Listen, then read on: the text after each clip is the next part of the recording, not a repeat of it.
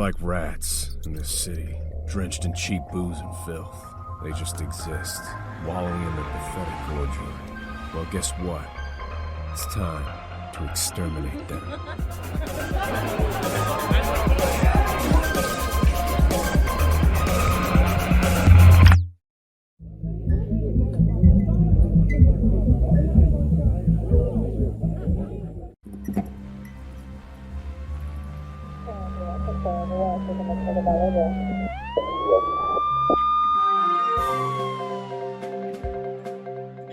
Chaos in an underground nightclub. People killed. The police suspect a man known as the Party Hard Killer. Dr. McBride, why didn't your therapy help him? My client Darius is insane. He needs psychiatric help. I did everything I could as a therapist. This was only the beginning for the masked killer. Shortly afterward, he chose a new place to hunt. You're watching High Crime. Stay tuned.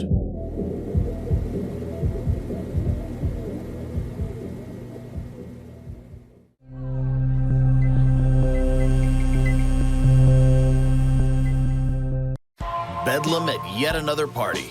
Why did he choose this place, Dr. McBride? The pharmaceutical company, APO Inc., from which my patient was recently fired, was throwing a company party there. Who is he looking for? Darius had only one friend at work. His name was Archer. They said on the news he had been hospitalized the day before the party. That must be why Darius headed to the hospital. That night, the doctors at North Genesis Hospital were on strike, so party animals took the place over for their next shindig. If only they knew that, for many of them, it would be their last.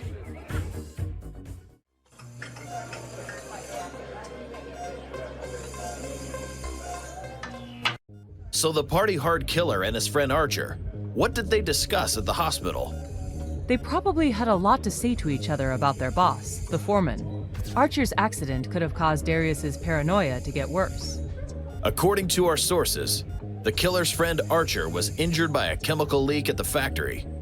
He was following the instructions of the corporation's CEO, a man known as the Foreman. Tell us, Dr. McBride, what do you know of him? He was my patient's boss, the CEO of APO Inc. His real name is Frederick Ramirez. This could explain what he did next. After visiting the hospital, the Party Hard Killer suddenly decided to hit the road, find his former boss, and meet him face to face. According to the police, the killer spent the night at a roadside motel, where he got a very unexpected visit.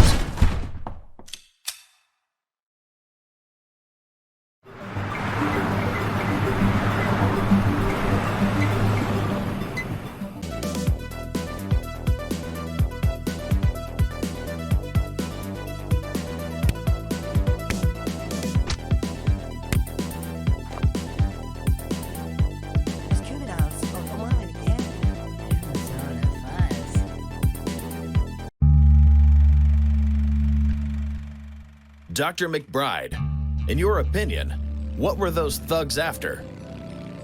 I suspect that Mr. Ramirez hired them to take my patient out. Well, the police sure looked foolish. A bunch of gangsters caught a serial killer the guardians of law and order had spent more than a decade looking for. Our correspondents in Fort Centone report that the bikers were planning to finish the Party Hard Killer off. As the execution site, they chose an old amusement park they had taken over and turned into a hideout.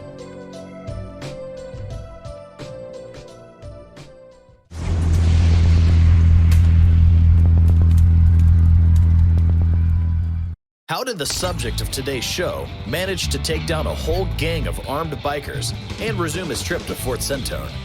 No one knows for sure, Dr. McBride. And yet, why didn't the foreman tell the police that his life was in danger?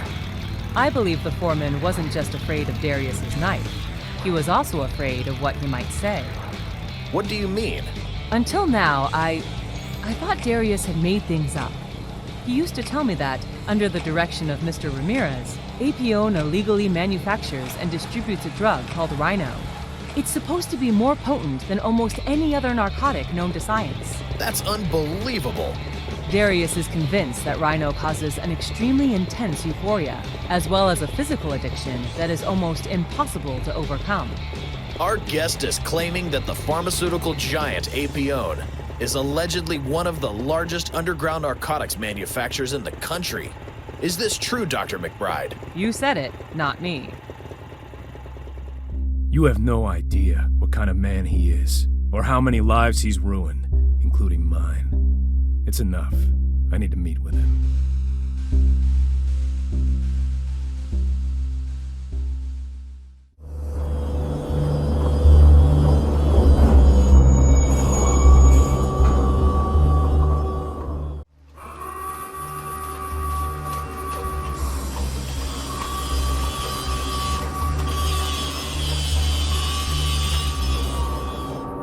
So, Evan, how do you like being a puppet?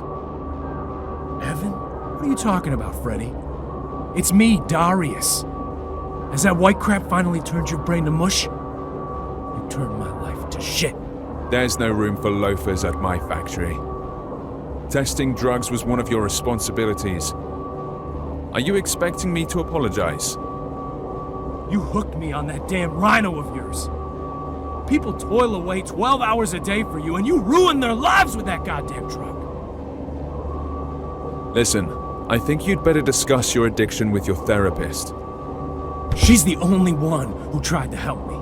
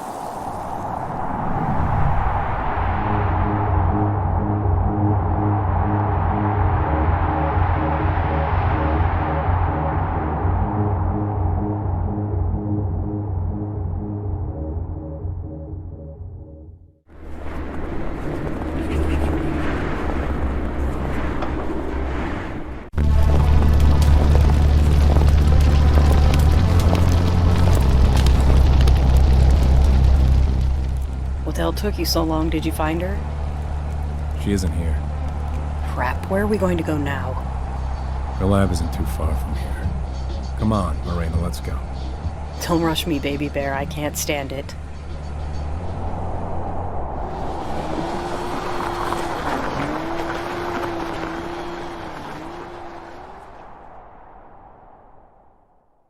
I've got to admit it, Anthony. I overlooked the moment when he met that girlfriend of his, Morena. Was she a bad influence on him, Dr. McBride? I was looking for someone to blame. I was tracking down ones I held responsible for my misery, acting blindly, feeling abandoned, dying of insomnia.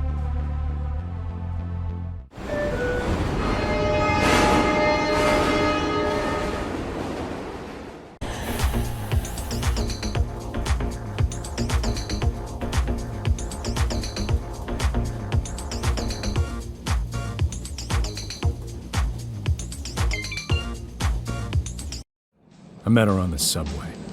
She was wearing faded denim shorts, fishnets, and an eye patch. We stared at each other for quite a while. And then she said something strange to me. She said I smelled like violence. I asked what violence smelled like. She said, melon bubblegum.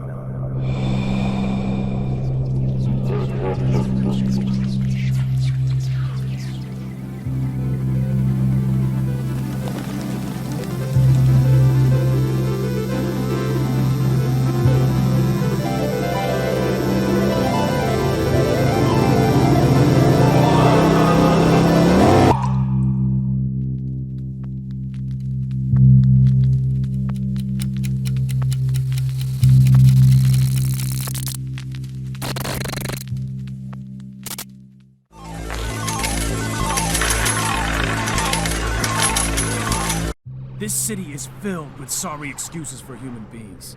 Absurd caricatures. They need to be painted red. Except for her. I'm not touching her essence.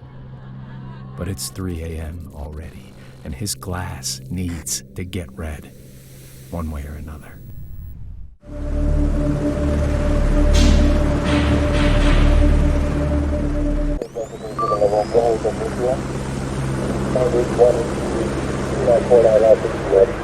What have you done, baby bear? Oh my god. I'm so tired. Shit. Come on, get up. The cops will be here soon. Why won't they let me sleep, Mar? You need help, baby bear. I found someone who can help you. Come on.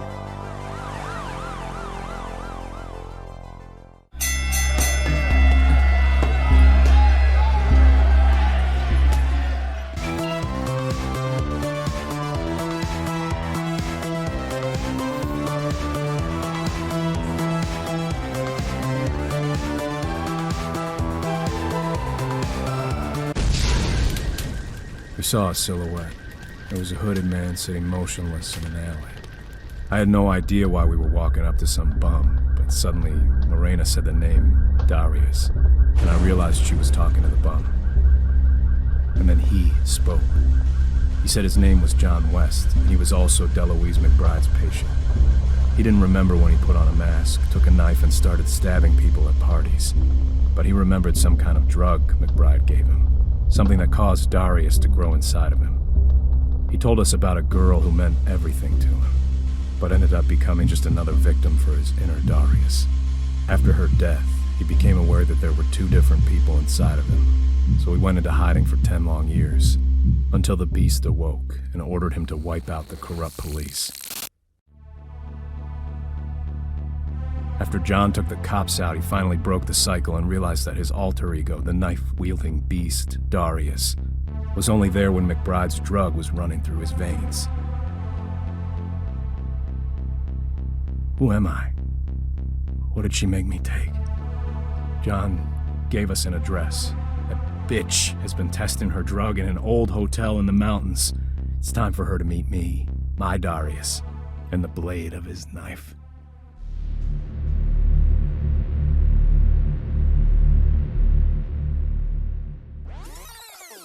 What the hell took you so long? Did you find her?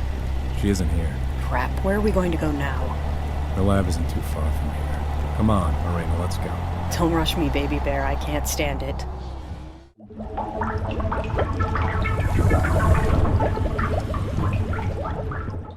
Welcome back to High Crimes. I'm Anthony Adams. Today we're talking about the party hard killer. After his latest killing spree, the state police are desperately trying to figure out where the killer will strike next. What do you think, Dr. McBride? Where is he headed? Listen, how much longer do we have? What? I have to go. Sorry. Are you serious? This is a live broadcast.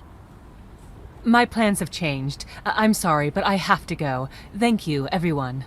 Tell them who the pale gentleman is. Hello, Evan. Listen, I know that you have the resources to deal with your rage. And you've got the human resources to eliminate your enemies in the drug business. Evan, you need to calm down. Evan, is it? Why not Darius? I made you forget about your miserable past. You ought to thank me for that. No matter what you might have found in the lab, it's useless against me. This all runs deeper than you think, weakling.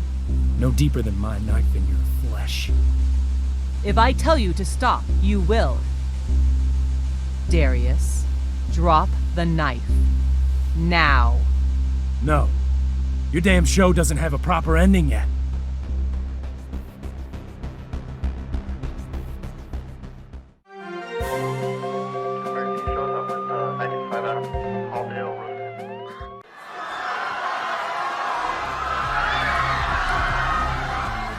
Sooner or later, everyone takes their masks off. Sometimes we put them on voluntarily, and sometimes we're forced to. But only once we get rid of them can our minds be free, even if our bodies are deprived of freedom. He was arrested during a live airing of the talk show High Crimes. The armed perpetrator broke into the studio, and engaged in a conflict with the famous psychotherapist, Deloise McBride. However, the police arrived on the scene before anyone got hurt. Dr. McBride was also arrested on suspicion of manufacturing and distributing narcotics. Evidence of the therapist's involvement in a large drug ring was discovered earlier during the investigation. Both suspects are under guard and awaiting trial. What is the mind? Shifting sands that slowly yet inexorably drag each of us along. The more you resist, the more cruel and calculating this ravenous force becomes. And when you finally find yourself in the heavy darkness, blacker than oil, beneath the rank depths of your fears, deeds, and guises, that's when you hear the voice of the pale gentleman, wearing a chalk-white mask.